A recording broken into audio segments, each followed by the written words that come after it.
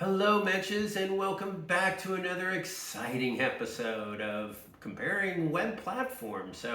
The previous episode we were comparing Wix and Weebly, and today we're going to be talking about Squarespace and its pros and cons. But I thought I'd do something different because instead of doing like a side-by-side comparison, I really thought that was a lot of information for you guys to take in. So I thought I'd slow it down and make sure that you guys can digest this information. So from here on out, I'm going to review Squarespace today, then we're doing Shopify, we're doing WordPress, but I'm going to do it so they're in separate episodes, so that way you can come back, you can easily find the episode that you're looking for or the comparison, and it coincides more with what this whole thing is about, and that is making it easier for you guys to learn this stuff on your own. So I believe you can. So we'll get started. So welcome to the pros and cons of the top 5 templates. And like I said, we're going to be working with Squarespace today and looking at those pros and cons. But of course, before we go any further, I would like to ask you to subscribe to this channel if you haven't already. Now, it's been really cool. We started this, I think, in January of this year, and already we're getting a lot of subscribers. Thank you so much, everyone, for your support and for your interest in writing in your questions. I just appreciate it so much. And to know that there are people out there who are benefiting from this and enjoying what I'm presenting just is the biggest shot in the arm for me to want to continue doing this. And I've got loads of topics. So tune in. There's a good reason to subscribe because you're going to be a part of a close-knit, very enthusiastic group of business owners who enjoy marketing and wanting to learn about it. And you'll also have a direct line to talk to me. If you have any questions, you can always email me. And you can do that by going to darren@unetdesign.com. And if it's anything about this episode or any of my previous ones, feel free to drop me a line. I'm here to help, so utilize that. All right, so let's begin. We are going to be talking, like I said, today about the pros and cons of Squarespace. So let's get started. So the first pro is that it's professional looking, contemporary, and mobile responsive. They've come a long way with their look and their feel of their templates. I've really enjoyed working with this template. There's been clients that have come to me with this platform wanting to learn more about how to work their theme, on the dashboard and so on. I've enjoyed working with Squarespace. I think it's probably one of the better subscription platforms out there if you are, looking for e-commerce and, a pretty intuitive web design platform. So I don't want to get ahead of myself, but it is arguably one of the most user-friendly content management systems being offered, and I have to agree with that. It really is, and setting up the website is relatively easy as well. So you can get started rather quickly. Very good image editing tools, and that comes in handy if you don't have a program like Affinity Photo or Photoshop from Adobe or Canva. Certainly, Canva is a great one. They offer a freemium version that I encourage you to use.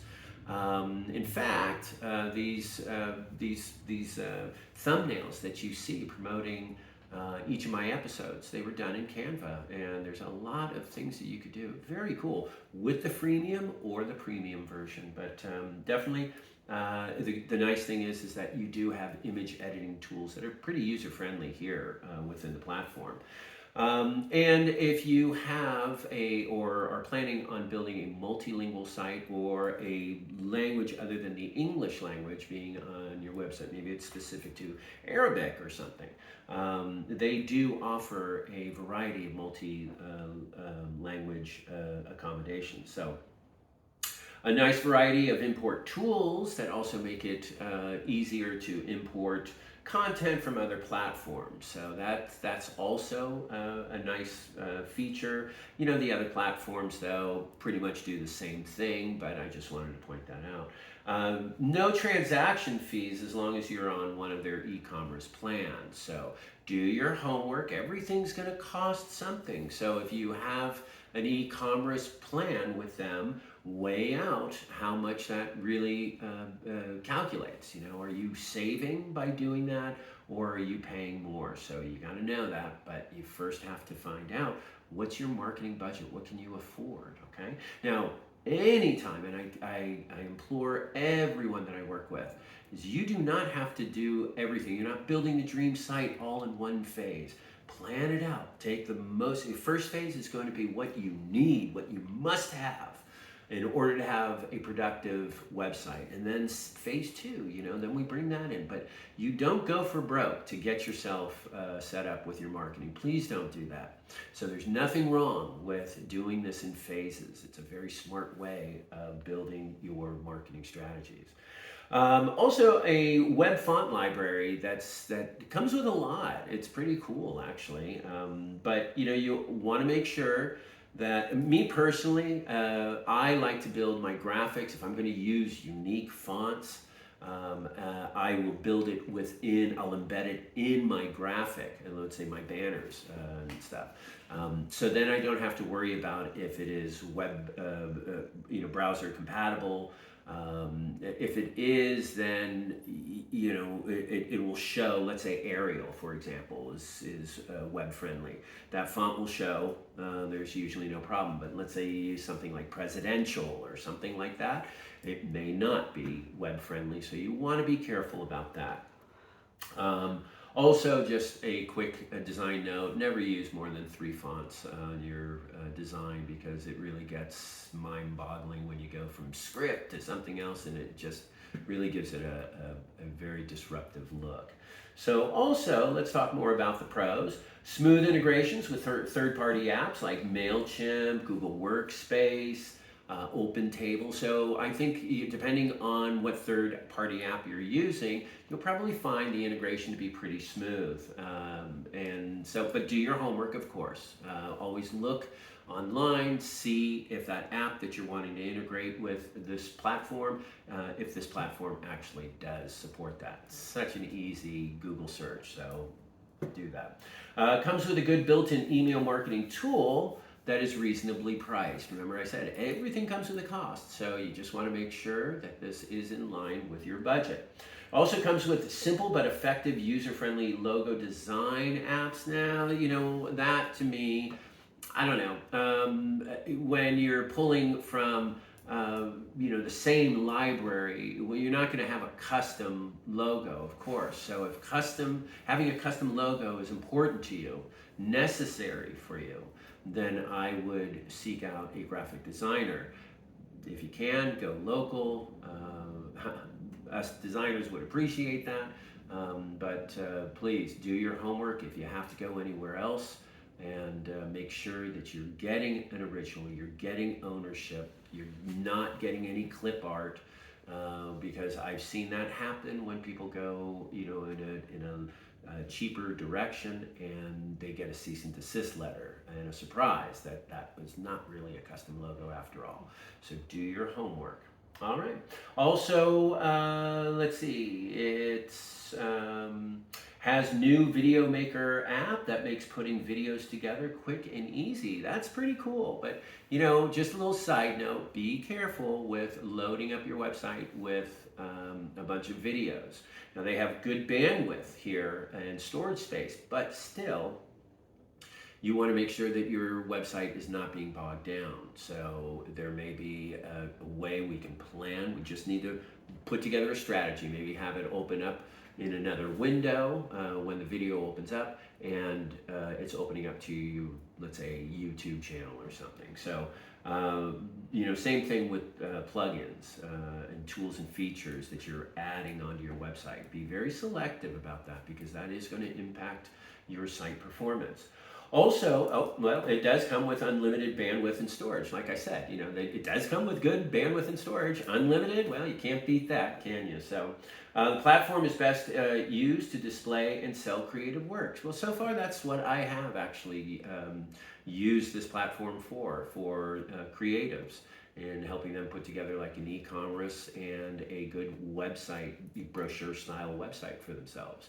And it's so easy to get up and running, especially the e-commerce store.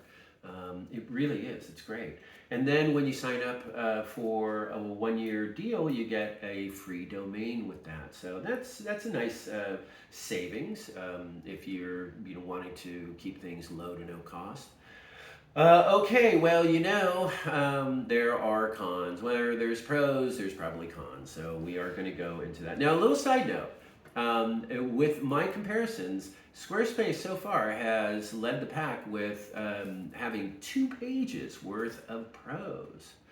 Okay, now I got to be honest with you. It also has 2 pages worth of cons. However, it's not to say that this is a bad platform. It's just that, remember, these are just basic considerations for you. You need to figure out what's best for yourself, who's going to be maintaining this website, how you are going to be growing your business, and if this is going to grow with your business, okay? So the cons. There's no multi-currency selling functionality, so there are better platforms that cater to that if that is important. GDPR compliance is poor in the area of cookie consent, so it requires third-party apps to be compliant. That's sort of like, in Europe they have GDPR, means General Data Protection Regulation, and that's basically European standards for making sure that your data is being protected if you're filling out forms. So it's a protection thing. So we have that standard as well in the United States. But in Europe they call it GDPR. Auto tax calculations are usually only for the US. Apple Pay is supported, but when I tried Google Pay, it did not work for me. So, having a Google Pixel phone, I was bummed out about that one. Anyway, limited gateway payment options to accept debit and credit card purchases from customers. So that could be a deterrent for you. If you need to have a lot of payment options. And no autosave feature for pages and posts, but you got to discipline yourself. Just know that, when you're working on something, just every 10 minutes, just remember to hit that save button, and that should be fine. Fluid engine systems make editing easy, but calibration of mobile and desktop is laborious. Laborious, maybe. Depends on your level. I thought the Fluid editor was awesome. I was really impressed by that. And the fact that I could manipulate the mobile design without impacting my desktop. And I thought that was brilliant. So kudos to Squarespace for making that so user-friendly. Laborious, I don't know if I would say that, but like I said, it depends on your experience, but hey, that's why I'm here. So if you need the help, I could be right behind you, so let me know. Okay, so what else? Squarespace sites leave room for site speed improvement. That's true, but then again, I've had to go into some of these websites and clean things up, like the image, the size of these images were ginormous, and I had to resize them, compress them. Maybe there were things that were bogging them down that were decisions with them bringing in certain tools or third-party apps and things, lots of videos. So there's a way where we can kind of like make sure that we're controlling the site performance optimization of that. So what else? Well, unfortunately, just like any of the other platforms that are out there, remember, you are renting your website. It's just like your cable, which is, all your DVRs, everything that you ever collected, it doesn't stay with you. Once you stop payment, it goes away, right? So think about that, that you will not have ownership. You'll never have ownership of this website. Me personally, I want to have ownership. I want to be able to take what I've created and spent time and or money creating to take it with me. So just keep that in mind. With a subscription website, Wix, Weebly, Squarespace, Shopify, the 4 out of 5 that we are going to be reviewing or have reviewed, you cannot take it with you. So, all right. Basic POS is only available in the US. Only a card reader can be used at physical locations, so other platforms let you use a wider range of hardware like barcode scanners and tills and stuff. So customer support is only through email and live chat. I don't think that's a deal breaker because there's really, I don't know of too many that give direct phone support. Even the hosting providers are going to this. But having my experience mainly talking to developers through email, I've gotten responses within 24 hours because it depends on where they're based, right? And but if you allow 12 to 24 hours, you'll get a response. Just remember, you got to be very clear with your intention. Why are you talking to them? Because you don't want to wait another 12 or 24 hours for another response. So make sure that when you do talk to support that you have it all well laid out. You even have a screenshot of the issue, whatever it is, so you can make sure that you're progressing things along. Also, the App Store for Squarespace is pretty limited. At the time we did this, there were only like 32 apps. So it is kind of like a closed community, unlike WordPress, which is, WordPress is 42% of the websites on the internet, on the World Wide Web, are WordPress. So you definitely get a expansive library of tools and features and plugins and support. But we'll talk about that. I don't want to get ahead of myself. And don't think that I'm so like pro WordPress. Yes, it's great, but deal breaker or spoiler alert, I'm not going to be saying WordPress is the best. I think they're all great. Okay, everyone though has their pros and cons, and that's all I'm doing is I'm just sharing them with you. I'm not sharing my personal opinions. Okay. Many edit tools and features, are found on subpages, making them difficult to find, and I did find that to be true. So I would, eventually be able to find, let's say, where the SEO settings were, and it's like, why would it be there? That made no sense. So sometimes it's not so intuitive, and it's not a deal breaker, but if you spend time touching and clicking and doing all these things, so you familiarize yourself with this dashboard, you're going to become very efficient, very proficient doing this. And a great tool, probably the second best tool to learning about these platforms is, well, the first one obviously is the Marketing Mensch and watching these episodes. But the second best would be using YouTube to check out these dashboards. Say, introduction to Squarespace dashboard for beginners. Just make sure that you put in the year. We're still pretty new with 2024, so I think if you put in 2023, you're going to get more of a return on the information. And there's so many helpful videos. Not as helpful as this, of course, but you know what I mean. All right, so anyway, Squarespace happens to be slightly more expensive than other platforms, and that's up to you. Remember I said you'll never own this, so if that's going to create a burn for you down the road, then make these platforms, these subscription sites, a 6-month or 12-month goal to get off of this so you can go into ownership. If you want to graduate, and onto something that you can own, take with you, go to another hosting provider or whatever, another developer. You can go to any developer with any of these platforms, but you cannot, move these things around. You cannot take the website with you. So, if that's going to create a burn for you, then just make this a short-term goal for yourself.